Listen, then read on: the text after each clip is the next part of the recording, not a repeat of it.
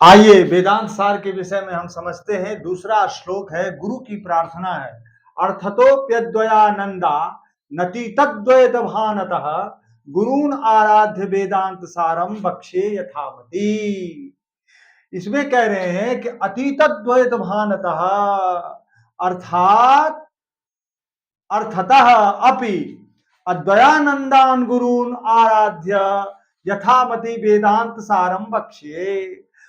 अतीतद्वैत भानता का मतलब जिनका समस्त भेद निरस्त हो गया है, अतीत हो गया है। द्वैत भाव, ड्वेलनेस, दो भाव, सिक्के के दो पहलू, इनका नष्ट हो गया है।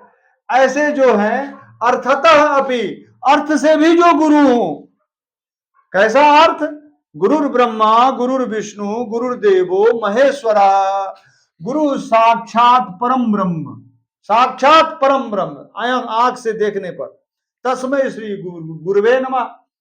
अज्ञान तिमिरांधस्य, अज्ञान का जो तिमिर अंधकार है, गहन अंधकार, ज्ञानांजन सलाकिया, ज्ञान के अंजन से, अंजन माने काजल, अंजन उसकी सलाका से काजल लगाते हैं।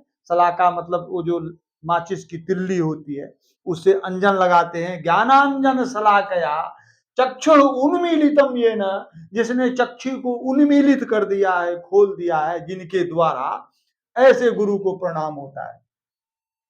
तो कहते हैं ऐसे गुरु अर्थ से भी हूं, और अद्वयानंदान माने अद्वयानंद संज्ञकान, अद्वयानंद में रहने वाले, जिनका द्वैत समाप्त हो गया हो, ऐसे अद्वैत में आनंद में रहने वाले जो गुरु है। गुरु मने गुरु चरणान, आराध्य मने काय वांग मनोभि उपास्य प्रणम्य, शरीर से, वांग मने वाणी से, मनो मने मन से उनके पास में रह करके ज्ञान प्राप्त करें, प्रणाम करें, संपूर्ण चीज से प्रणाम करें, शरीर से भी, वाणी से भी और मन से भी। आजकल मन से लोग नहीं करते, केवल ऊपर से बस लोमड़ी वाला प्रणाम करते हैं।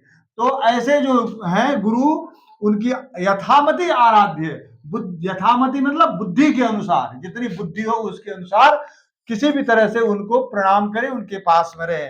और क्या करें? वेदांत सारम, उपनिषद वाक्या नाम सिद्धांत रहस्यम बक्षे मैंने कहूंगा, प्रतिपादय से।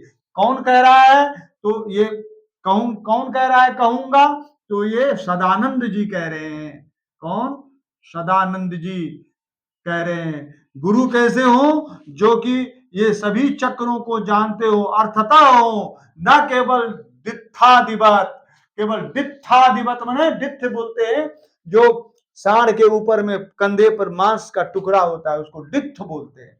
तो केवल दित्थ जिस प्रकार से शब्द होता है, वैसे ना कह करके उस शब्द का जो अखंड स्वरूप को जानने वाला गुरु है। ऐसे नहीं कि बस लगा रहे, पाखंड में लगाए रखे, उसमें न रहे और उस भेद में न जाकर के जो दिव्य गुरु है, ऐसे गुरु को प्रणाम करके उनकी उपासना करके सदानंद जी कह रहे हैं कि मैं वेदांत का जो सार है, अर्थात उपनिषद वाक्यों का जो सिद्धांत रहस्य है, उसका मैं प्रतिपादन करूंगा आगे। तो उसको आप लोगों को समझना है, और आपके परीक्षा में इन चीजों का आपको अर्थ समझना है कि अर्थ तो प्रद्वयानंदा नति तद्वैत भानता गुरून आराध्य वेदांत सारम बच्चे। तो उसमें कहा जाएगा, प्रश्न पूछा जाएगा कि किस प्रकार के गुरु को प्रणाम करते हैं। तो आप ये बताना है कि जो अर्थ से भी अद्वयानंद है, और जिन्होंने भेद को समाप्त, द्वैत को समाप्त कर दिया गया है, कर दिए हैं, ऐसे वेदांत सार नाम का ग्रंथ में बुद्धि के अनुसार कहूंगा, यथामति। तो कोई भी क्वेश्चन इसमें बन सकता है। तो क्वेश्चन बनने की तो बातें हैं, लेकिन आप इसको समझ करके अपने परीक्षा में बढ़िया नंबर लाइए और ज्ञान अर्जित कीजिए।